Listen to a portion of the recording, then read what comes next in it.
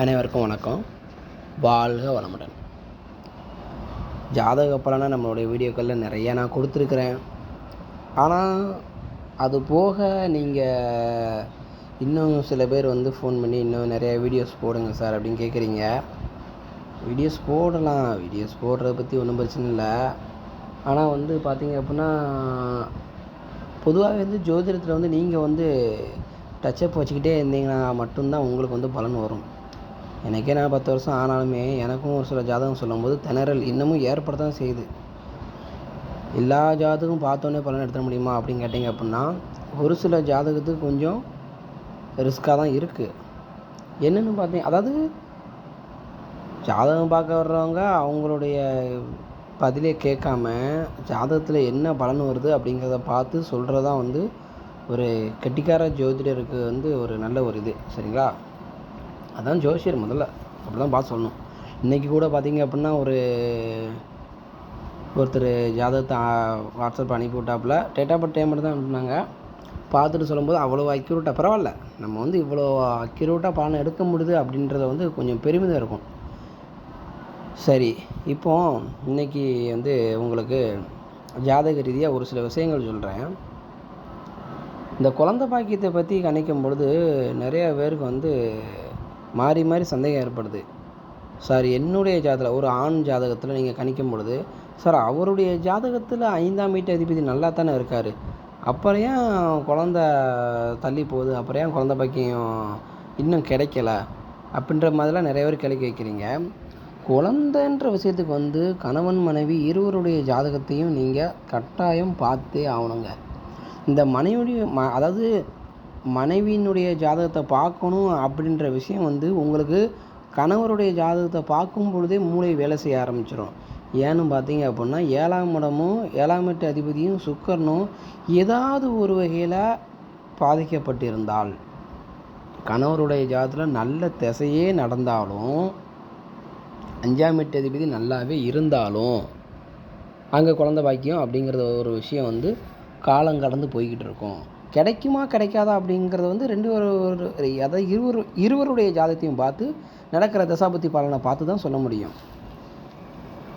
ஆண் ஜாதகத்தை மட்டும் வச்சு குழந்தை பாக்கியத்தை பற்றி சொல்ல முடியுமா அப்படின்னு கேட்டிங்க அப்படின்னா பொதுவாக சொல்லலாம். நல்லா இருக்குது, உங்களுக்கு 5ஆம் வீட்டு அதிபதி நல்லா இருக்கிறாரு, 3ஆம் வீட்டு அதிபதி வலிமையாக இருக்கிறதுனால உங்களுக்கு ஒன்றும் பிரச்சனை இல்லை, குழந்தை பாக்கியம் கட்டாயம் உண்டு அப்படிங்கிறதெல்லாம் நம்ம சொல்லிட முடியும். ஆனால் அது ஒரு பொது பலன்கள் தான். எந்த ஒரு ஆணும் தன்னுடைய 25 வயதுக்கு உட்பட்ட அந்த பீரியடில் பார்த்திங்க அப்படின்னா அவருடைய தனிப்பட்ட ஜாதகத்தை பற்றி மட்டும்தான் நம்ம சொல்லலாம். ஸோ ஃபேமிலி எப்படி இருக்கும் எல்லாமே ஓரலாக கணிச்சிடலாம். ஆனால் குழந்த அப்படின்ற விஷயத்தில் மட்டும் லைஃப் பார்ட்னர் ஒருத்தர் வராங்க பார்த்திங்களா, அவங்களுடைய ஜாதியும் சேர்த்து நம்ம கணிக்கும் பொழுது தான் மிக துல்லியமான பலன்கள் கிடைக்கும். ஆனால் அதுலேயும் பார்த்திங்க அப்படின்னா இப்போ ஒரு ஆண் ஜாதகத்தில் மனைவி மூலமாக தான் குழந்தை பாக்கியம் கடந்து போய்கிட்டு இருக்கு அப்படின்றத ஒரு ஆண் ஜாதகம் காட்டிடுமா கேட்டிங்கன்னா அது காட்டிடும். ஏன்னா நான் ஏற்கனவே சொல்லியிருக்கேன், நம்மளுடைய ஜாதகமே நம்மளுடைய தலைவிதியை சொல்லும் பொழுது குழந்தை பாக்கியத்துக்கு மட்டும் ஏன் மனைவியுடைய சேர்த்து பார்க்கணும் அப்படின்லாம் ஒரு சிலர் கேள்வி கேட்டிருக்கீங்க. அதான் சொல்கிறேன், நம்மளுடைய ஜாதகமே நம்மளுடைய தலையெழுத்தை தீர்மானிச்சிடும், அது எந்த ஒரு மாற்றமும் இல்லை. கூடுதல் கணிப்புக்கு மனைவியுடைய ஜாதகத்தை எடுத்து பார்க்கணும். சரி, நம்மளுடைய ஜாதகமே நம்மளுடைய தலையெழுத்தை காட்டும் அப்படின்ற பட்சத்தில் ஒரு ஆணுடைய ஜாதகத்தில் 5ஆம் வீட்டு அதிபதி நல்லா இருக்கும் பொழுது, நன்றாக இருக்கும் பட்சத்தில் ஏன் குழந்தை பாக்கியம் தாமதமாகுது அப்படின்னு நீங்கள் கேட்டிங்க அப்படின்னா அதே ஜாதகத்தில் 7ஆம் வீட்டு அதிபதியும் சுக்கிரனும் எப்படி இருக்காரும் பாருங்கள். அங்கே ஏதாவது ஒரு நெகட்டிவான பாயிண்ட் இந்த 7ஆம் வீட்டுக்கும் 7ஆம் வீட்டு அதிபதிக்கும் சுக்கிரனுக்கும் ஏதாவது ஒரு பலவீனங்கள் கிடக்கும். ஒன்று சுக்கிரன் 8ல் போய் மறைஞ்சிருக்கலாம், 7ஆம் வீட்டு அதிபதி 8ல் மறைஞ்சிருக்கலாம், அல்லது 8ஆம் வீட்டு அதிபதி 7ல் போய் இருக்கலாம், அல்லது 7ஆம் வீட்டு அதிபதியோ சுக்கிரனோ நீசத்தில் இருக்கலாம், அல்லது ராகு கேதுவோடு சேர்ந்து கிரகண தோஷத்தில் இருக்கலாம்.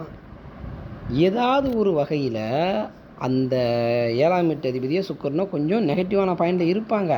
ஏன்னா இந்த சாதகருக்கு இந்த ஆணுக்கு வரக்கூடிய மனைவி இப்படிப்பட்ட மனைவியாகத்தான் இருக்கணுன்ற விதி இருக்கும். ஸோ அந்த மனைவி தான் அந்த மாதிரி ஒரு வரம் தான் அவருக்கு அமையணும் அப்படின்னு இருக்கும். அதனால் ஒரு ஆண் ஜாதகத்தில் 5ஆம் வீட்டு அதிபதி வலிமையாக இருந்துட்டால் மட்டும் குழந்தை பாக்கியம் நல்லா இருந்துடும் அப்படிங்கிறத நீங்கள் கணக்கு போடாதீங்க. அது தவறாக போயிடும். சரிங்களா? அதான் ஒரு சில ஜாதகங்கள் வந்து கொஞ்சம் முரண்பாடாக தான் இருக்கும். அனுபவம் வர வர வர வர நம்ம கொஞ்சம் உங்களுக்கு பலன் கணிக்க கொஞ்சம் ஈஸியாகிடும். சரிங்களா? சரி, அடுத்த வீடியோவில் ஜோதிட ரீதியான வேறு சில பலன்களோடு உங்களை நான் சந்திக்கிறேன். வணக்கம்.